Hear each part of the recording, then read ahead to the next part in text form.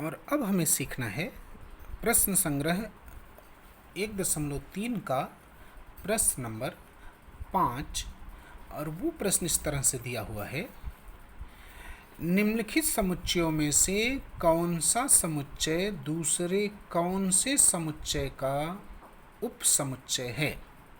यहाँ देखिए, पहले लिखा है एक समुच्चय है P, और P का मतलब है कि पुणे के निवासियों का समुच्चय। दूसरा समुच्चय M दिया है और उसका मतलब है कि मध्य प्रदेश के निवासियों का समुच्चय। तीसरा समुच्चय I और उसके घटक हैं इंदौर के निवासियों का समुच्चय।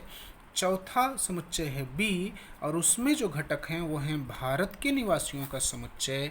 और पांचवा जो समुच्चय H दिया हुआ है और उसमें जो समुच्चय हैं, वो जो घटक हैं वो हैं महाराष्ट्र के निवासियों का समुच्चय। तो इस प्रकार से ये 5 समुच्चय हमें दिया है। अब इसमें से कौन किसका उपसमुच्चय है ये हमें बताना है। इसी में 2 प्रश्न हैं, दूसरा नीचे दिया गया है, वो बाद में देखेंगे।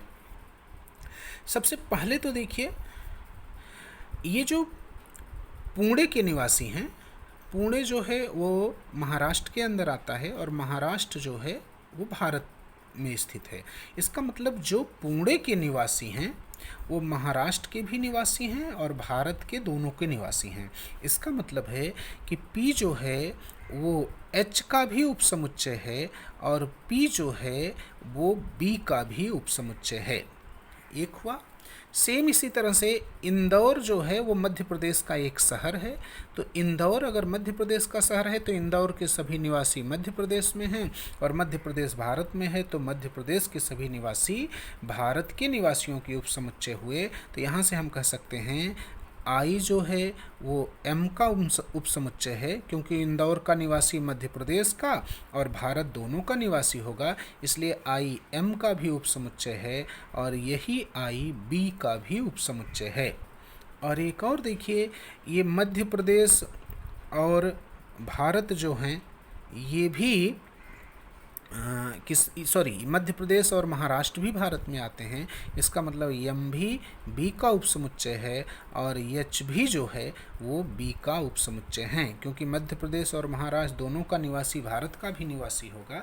तो इस प्रकार से ये एक दूसरे के उपसमुच्चय को हम बता सकते हैं कि कौन सा समुच्चय किस समुच्चय का उपसमुच्चय है। इसी में देखिए एक दूसरा प्रश्न दिया है, उपर्युक्त समुच्चयों में से कौन सा समुच्चय विश्व समुच्चय कहा जाएगा। विश्व समुच्चय की परिभाषा पढ़ते समय ही हमने सीखा था कि हमारे पास जितने भी समुच्चय दिए रहें उन समुच्चयों में जो समुच्चय सबसे बड़ा होता है, और सबसे बड़ा का मतलब मैं आपको बताया था कि जिसमें सभी समुच्चय समाविष्ट हो जाएं, वही जो है उन सभी में सबसे बड़ा या विश्व समुच्चय कहलाता है। अगर आप इन 5 को ध्यान से देखिए तो पुणे, मध्य प्रदेश, इंदौर, भारत और महाराष्ट्र, इसमें सबसे बड़ा कौन सा है? भारत के निवासियों का समुच्चय, क्योंकि भारत के अंदर ये सभी समाविष्ट हैं। तो इसलिए हम इस प्रश्न में भारत के निवासियों के समुच्चय को हम विश्व समुच्चय कह सकते हैं। मतलब समुच्चय B जो है वो इस प्रश्न के लिए विश्व समुच्चय कहलाएगा या कहा जाएगा।